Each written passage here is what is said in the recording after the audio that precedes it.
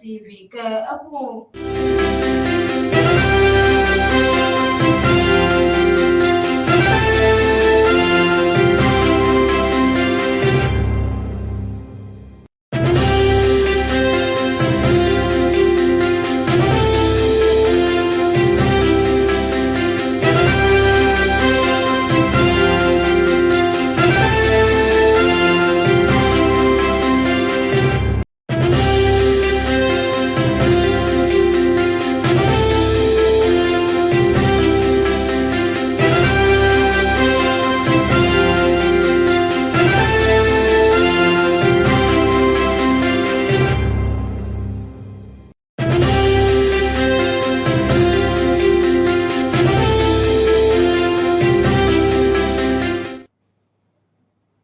Wala bokona miapa nukpola nya sala album ya wezo ba abanyega TV ke abuga atomiti bla atofodiki ke egbanya jin anya panka ke adra bele bo akba evebla evo adam albaga wade be na ahatu kumanya jo avanami kala ngodo nya mamya sala bapa anya juma be wo aho atika von yiwo susuba wo anya gba von yiwo pa huma anya $1 million bla ade vo asikil etema nana ka ha nya sala bapa nya juma be kana dajasi pa ban tocho aima helicopter ege je anyi la jinu anya panka ka adaji la pa akpa eve bla vo atome nana ka ha nya sala bapa nya juma be wo aha model yamakuta papa la masanya obokola avenu la ayiwo ahogai wa la mosola ada sita alaba akro kwadwe adomi agbola egbapa anya joma kada adon kujiba naka magbada na nya joyi anye Muslim awa English dictionary ada magbana ba nya joma nya gbodum ka anya mai nya joma mi nyanko anye Imanola Noelen Chineku. No silence ever English dictionary. Yatepe. But see dictionary akara so afi di passé K. No silence ever English dictionary standard ton yeah. Standard yeah. And you know the view. And you know the view can le basic level. And you know American le SHS. And you know American le university. Allo le language. Nenya make manya be view. I be a strong but ha. No silence ever English dictionary. And you know ha. I'm a Siamese Canadian for the Mojura Po. And be a strong but ha. No silence ever English dictionary. And you know mama. Nala dile ko so mad na kula. Atia place order le Amazon. Allo number can follow screen Nigeria. Opo to me to the can WhatsApp. Afisi African la. Nya ko no silence ever English dictionary. Akwa koveno. Akwa. No silence ever English dictionary. And you talk.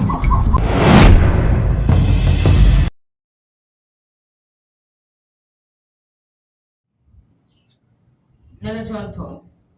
Tukapola John Dramani Mahama Aklo wana ada acho ifaya acho dagasi pada kacho aima helicopter agata anyi la jinu anya panka ke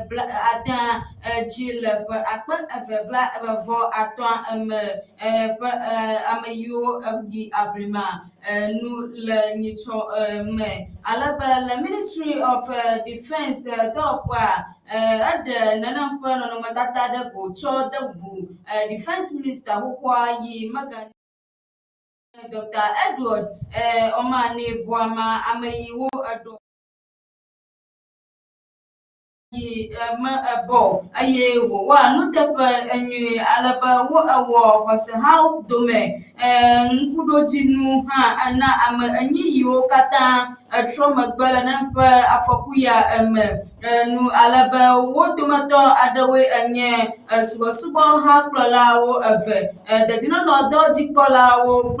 bwama do la wo aton ye wo adama be helicopter didi le adanse akrofun ntome ayima wono jirudo awon alaba dikokrola John Dramani Mahama eklobe tukwama amlo wopo subo do wo be gede Amatobrania zobu dinamika NPP dunya ha club yawma award do adaka ba yawma ada bukuna namba ama anyi yokula jinu anya planka ka ada bala pa akpa abla abavo atwa pe helicopter pe afokwa menu ala banana pa dunya helawo yo yi aji pla apa democracy under attack apa chidanu yiwo awola yauda achoipa ya aji ye nkakama kajiwo awona na pa tukwa pa nkudoji awona ele Kwabe sohe be dodo wala sile MPP Salam Mustapha gbenya si wuwu gbolobe akpagha wo no wo nu maje esi wo ofe democracy and attack fe owo fiele dukwo megodo le nkeke si jiwoyo wo dukwabe khose ha wo dome nkudo jinuna amesi wo kule efesivayi pe helicopter fokumelaji le Mustapha Benyanula MPP de bubu blibo ame enyi si wo buo fe agbele yame bu fe gbagba menu wo de jesibe ame kukwawo do metodika Dr. Ibrahim Mutafa Muhammad nye yento ye khono etegbede ejibe yomedu egbede be yo fe azoni zozona gble nkudoji pia me alo adebubu le amesi wo nu wo won vivie onu edemebe akpehan notede ye wo fe dunya kekefe kritik bane sile jitian keke siji wo de azoni zozwa sime ntuome kpre ntume fe tatia wo blode fe dowo na wo hale eye yemenya jidudu afe nkudoji dodowo esime wo ochu nyame o dodo de zoni zozo nube wacho ade MPP fe jichichi afia le nusi wo do be enye chaje nyenye tatia dunya hehe yo metiti pri dukwa fe do fe wo zazande mo gbegbele wo nu le jidudu sili fifia tenu Mustapha Blinyabe dudonu no lawo pele asrafo si wo megale wo lanye democracy tabli lawo eye wodo alodukwa me viobe wa wo fe democracy komedwa mesin ndole nufa fiala me Mato agaranya to mujina lebe kufito at nyonu pa bla at vodiki ada yiwo adon kona be apano Stella nampa amajome gahome pa to son la ayiwo acho viti ngati ani ada jule pando simel vota ntome alaba nudojo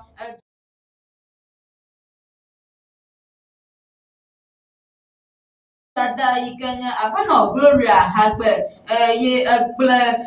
devia de amajoma siba ya adaple nampa akpete roba akpete ne ya acho anu nyonga apla de akpete maumani alaba ayo atro boba devia ple apano sia magale nampa de pa yiwo glanwodo na kovito ti nampa nyonyi afidebia amajoma yoma ye wo le mfoke le nanapa toviate yi atada kwame krum ntwa nul oti ntwa me ye wo aglobe vidia le nono masasa ame ye nanakama wo alaba wo atwe dasina abumawo alaba la bon propa pa la bon propa nanapa stella amajoma anoda tiba ye awona nanapa nuvlo ya aye wo aglobe ye klo vidia la yepa ngbato ikane ba fiansi gapoto le sisima pa mofia maunu alaba wo acho afiane le jinu ya pankaka atwa jile pando bon dropwa alaba kovito agloba yogale apa ngbato adiko alaba wo akweda jilawo ha anuba omaga agbala wo fiwo da amadro agbo nandama ako Almachogarnya do wujna mi alaba nadmo yikaya tukopa afoku nyau popoha ple nanampan cocok pada popoha horonu agradela yule white water to sisi to be wa abu aita pa yule da jewu ai Burkina Faso la da drado womba ya abu bagreta ma anu alaba nanampa amayi anya Tahiru Rafiu Northeast Regional Director na Jukwapa Nujojo Pata Kple Afokunya Odoji Koha Glol Nayochodo Pada Kala Choiti Vibe Nanampa Todisasra no Meta Alafa of Black Tovo of Kple Anuviada G Naba Chi Pabu Ating at Agome na do meta alafa bla to vo an yi ating atola jinya panka ka wi de ka ekbeloku I na wo ekblobe na na pa tukwa pa ntojo pata kla afakunya wo boko ha wo apa afaku pa dodwa do aye wo la do won pli na na pa amaga wo pa ntoma klola wo ba wa afianu amola ntwa alaba apata rafiu aglaba la paivayima chiyo wo abua ano jinu anya panu gakala apoyama ala Favaga adungo ika fiaba aten aklo aglamanuko gado ada alaba ado adangna akwadela wa umaka agada achodopa achiuma bayo ada yopa nkuo dananya bana no mama ava nanampa zwamu ayewo akloba kapo bla anavo anyi vado kapo bla adra vo ano anyi la achiwo abua amagba hafi atiana ado Ghana dukoma alaba makogarnya to wujina mika dukapa Ghana alo Ghana pa sukuvio pa habwa pa plola ika anya Rashid Ibrahim do nana pa suswada ba wa ahamoda hadoma yata ka trado po nuna defio ma hopa wi aton hado ba wa acho awo avukla amabula sukuome alaba ayi wona no problem hosa hakplola wo pepe adema akploba hadoma yata ka trado po zazafu apa la devio hamda nuona gbagblon ame yewo ato suswada ba Ghana na award ko abe Australia France yo si sema woto bila alaba apata Ibrahim ha abufo jilawo kwa jipoko dojo yi nkumala malada wonu la nunye la sukuo maba aya na mabu yi la zinda ati la sukuo mafun yewo aklaba alaba de vio na atango amachono la asaji dadata alaba nukola bubu ho ha wo alada atiba anyaba wa ala nkuda agbanwi nono nti hafi nukada wu na ava azo alaba nanapa Zukoma vioba nana do ha ye anan apwedana na kwatlawo ha anuba wa ada gai planuna masiga da wo viosi alaba doctor ika haruna zagun said ye biaba wa ado alo solema haplawo gadawu mu la sukuwome ayima reverend father Cosmos saba global alaba wa ana nsa nufiala wo gadawu ba wa awo ama ji adowo la sukuwome ika anaba amabuna agada suku ko kata atila kana tukoma ika anaba de finano hanyi ate Tema pokoknya jauh cina ni ala ba cat fandi nya gana suku kakada tiga pela jukwa kwa suku da jojo manti nunya pela da kono manti harabwa ada asinu babla ada ba yawana AI yikanya artificial intelligence pela modern nunya pa na anyuda atila gana tukwa ba ada modern nunya pela dodri inti na suku do pome alaba wo ada asinu babla ya tele gas fan pa do pa ga yi pa talo tinunya ba ye wa pa da so he gana to nu ba wa apo adan yi wo nya le do wo le agba nkugwi modern ha ma anu Ghana hehenana abobo get fan de asi tamedodo gbanete kple UNESCO be waje ha domedodo adegome si feta do jinuenye be wakeke digita kple nunyawowo AI hehenana de enu le modangu kple dɔwɔnyawo ƒe hehenɔƒe TVET dɔwɔƒe katã me le Ghana. Nuwɔwɔ aɖu si di be yadzra sɔhɛ Ghanatɔwo ɖo kple aɖaŋu siwo hiã na dukɔa ƒe digital ganyawo si le dzidzim ɖe edzi. Esi GetFan ƒe dɔdzikpɔla Paul Adjei nɔ nu ƒom le asiɖeɖe agbalẽte ƒe wɔnawo me le Gɛ la, egblɔ be nubabla sia tsitre ɖi na ɖokuitsɔtsɔ na ɖekae be woadzra Ghana dɔwɔlawo ɖo ɖe etsɔmenu. Etegbe ɖe edzi be esi mɔɖaŋu nunya yi edzi le asi trɔm le dɔwɔƒewo nu la, ele be aɖaŋu siwo wotu ɖe digital AI kple nu yeyewo ɖoɖo ɖe ŋgɔdzi nanɔ sukuawo nu be woayi edzi anɔ ho ʋlim. UNESCO ƒe dukɔa teƒenɔla le Ghana, Edmond Mukala, kafu GetFan ƒe ŋgɔyiyi le sukuɖeɖe ƒe ɖoɖowo me. Ede dzesi be hadome habɔbɔ tu ɖe UNESCO ƒe dɔ si le edzi yim le Ghana dzi, siwo dometɔ aɖewo nye dɔ si wodo alɔ TVET ƒe dziɖuɖu, nusɔsrɔ̃ɖoɖo ƒe egbegbetɔtrɔ kple nufialawo ƒe hehenana. Ehe susu yi UNESCO ƒe xixiame katã ƒe aɖaŋu ɖo woƒe suku kple eƒe ɖoɖo siwo ku ɖe AI ŋu hã dzi be wòanye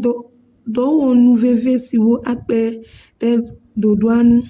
Wole mɔkpɔkpɔ me be nuwɔwɔ aɖuaɖu sia ana mɔɖaŋu ŋutihehexɔxɔ ƒe nyonyo nanyo ɖe edzi akpe ɖe TVET sukunuwɔlawo nu woakpɔ egbedɔwɔƒe ƒe didiwo gbɔ eye woakpe asi ɖe Ghana ƒe digital tɔtrɔ ƒe ɖoɖo si keke ta wu nu be dɔlawo siwo biawo eye wole klalo na nu yeye dodo ɖe ŋgɔ la wɔwɔ me. Matsɔ adrenya dzɔʋudza le be Ghana tomenukuƒe yi ƒe dɔdzikpɔla gã yi ke nye Ken Ashigbe wɔyɔyɔ na Ghana Gold Board alo nene ƒe dukɔa ƒe sikadɔwɔƒea be woana ale yi wodzia sika na anyo ɖe edzi le dukɔ me. Ale be eyi wònɔ nu ƒom le nyadzɔdɔwɔƒe ɖeka le etsɔ yi va yi dzia, egblɔ be ele be Ghana Gold Board na akpɔ egbɔ be sika yiwo tso tomenukuƒe yi mele senua na age ɖe asi dzi dziɖuɖua da asi ɖo ame o. Yi ena aƒetɔ Ashigbe egblɔ kpee be ele be woahe to na ŋutɔŋutɔ na ame yiwo ele be wole tomenu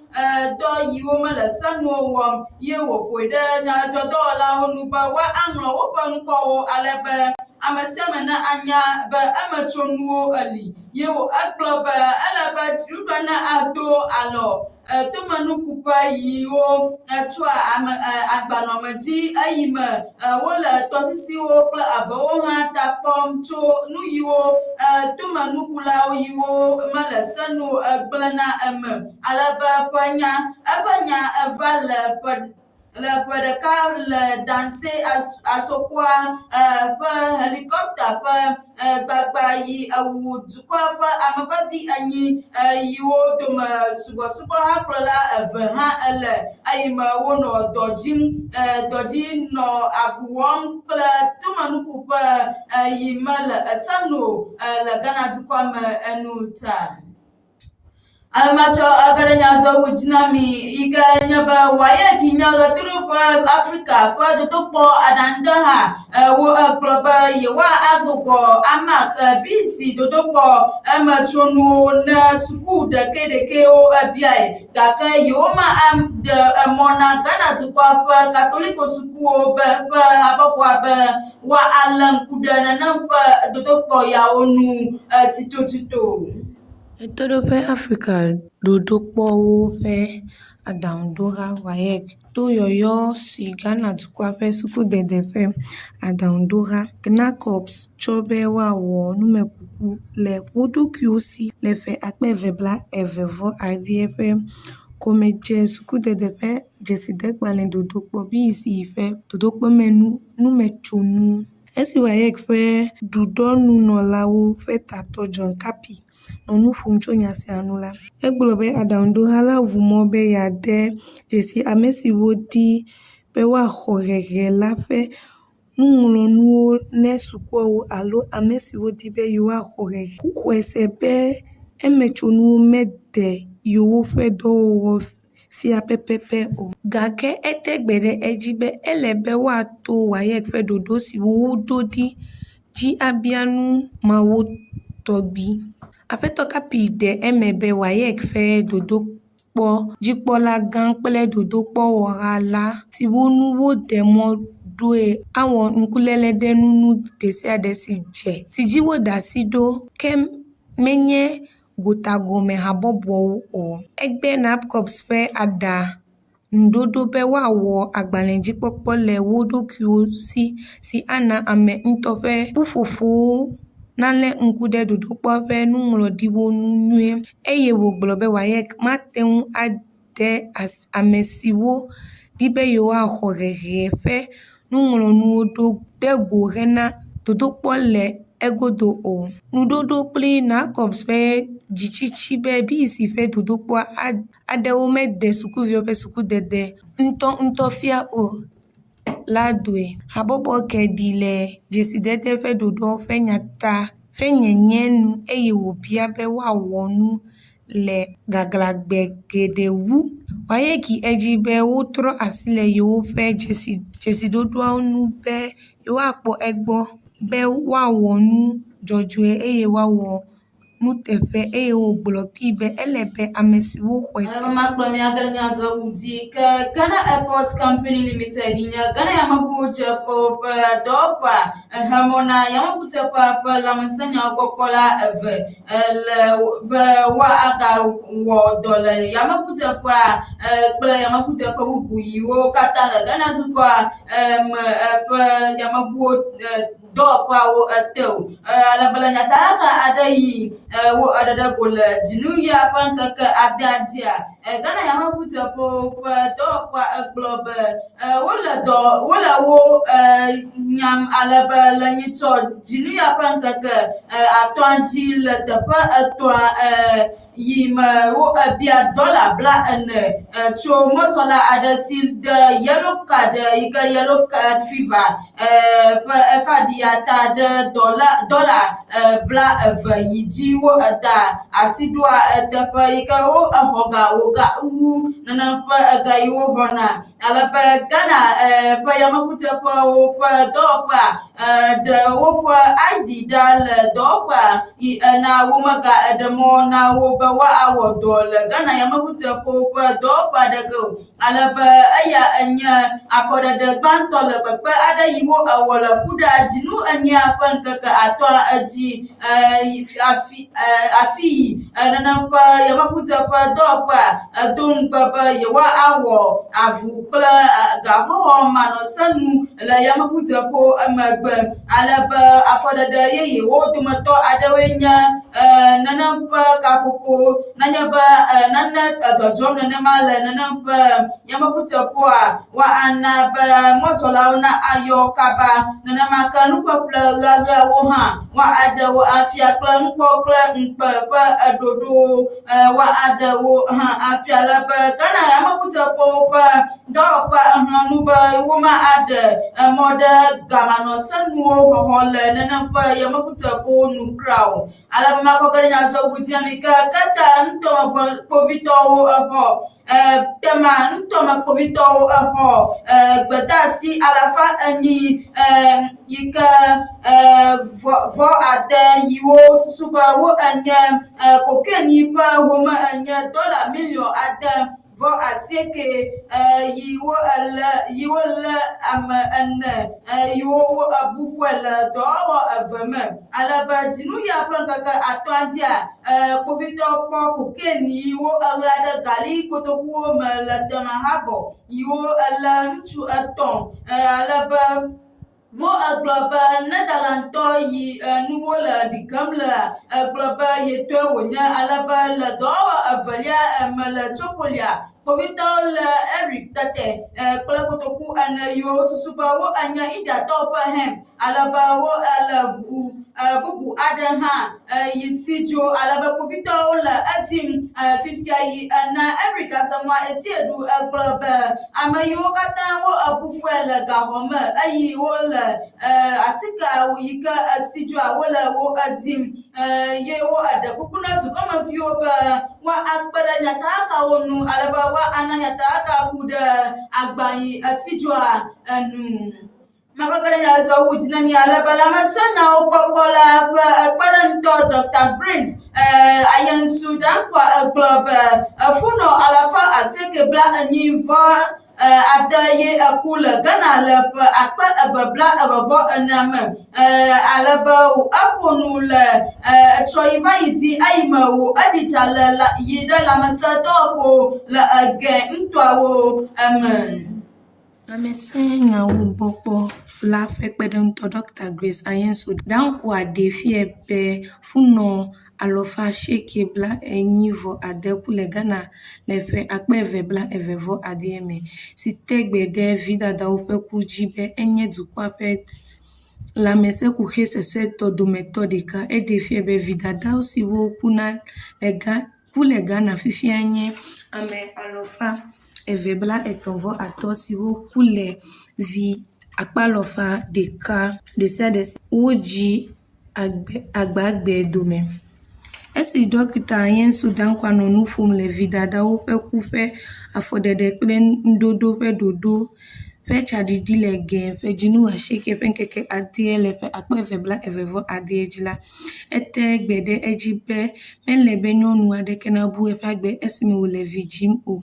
eye wòɖo vidadawo ƒe ku geɖe be woate ŋu axe mɔ ɖe wo nu ne wowɔ lãmesẽnyawo gbɔ kpɔkpɔ le ɣeyiɣi nyuitɔ. Matsɔ be nyadzɔwu dzinami alebe wo eɖe Gateway Modern Polytechnic Sapete sukuvi yiwo wo eɖe aboyo le Ogun State le Nigeria dukɔme enu yi ena wo ekplɔ sukuviawo le ku ɖe dzinu 7 ƒe ŋkeke 29 me le Zanga 2 lɔƒo tso ametrotseƒe aɖe yi menye ame ŋutɔtɔ le Paraga mɔdodo ga dzi alebe wo edatu le aɖabaƒoƒo 30 ƒe ametsidzedze me ke ŋudzɔdzɔwo eɖe fia be le ŋkeke 8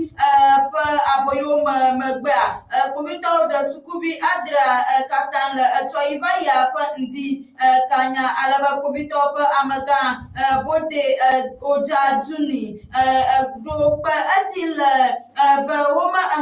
taƒe aɖeke o hafi exɔ nenem ƒe ɖeviawo alebe wo eɖe gblɔ be wo edatu sukuvi ɖeka le amelele sesẽ me gake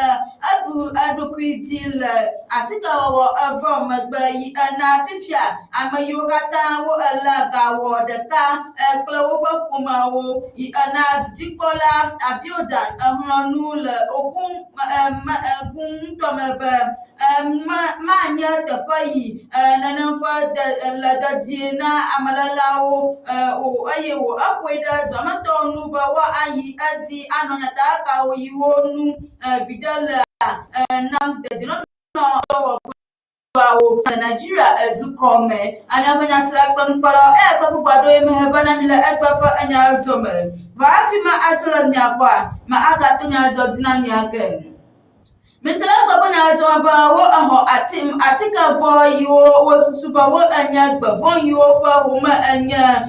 dollar million bla ade vo asike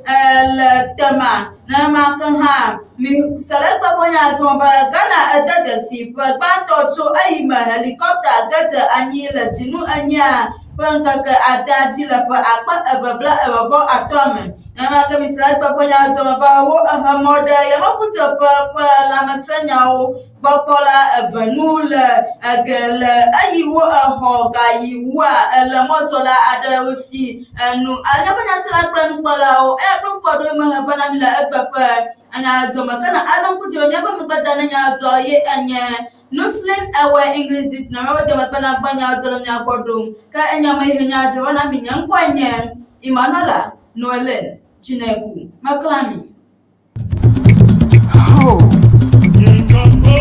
No silence ever English dictionary. Nyatepe. But si dictionary aka azon fi e passe K. No silence ever English dictionary standard ton yeah. Standard yeah. And you know the view. And you know the view can le basic level. And you know American le SHS. And you know American le university. Allo le language on. Nenya make manya be view. E be a strong be kra no silence ever English dictionary. And you know I'm a still make nenya be view mo jura po. And be a strong be no silence ever English dictionary. And you know mama. Yala dile ko so mad na kula. Atia place order le Amazon. Allo number can follow screen Nigeria. Opo to me to the can WhatsApp afisi african la nya call no silence ever English dictionary akwa koveno akpe no silence ever English dictionary enyon to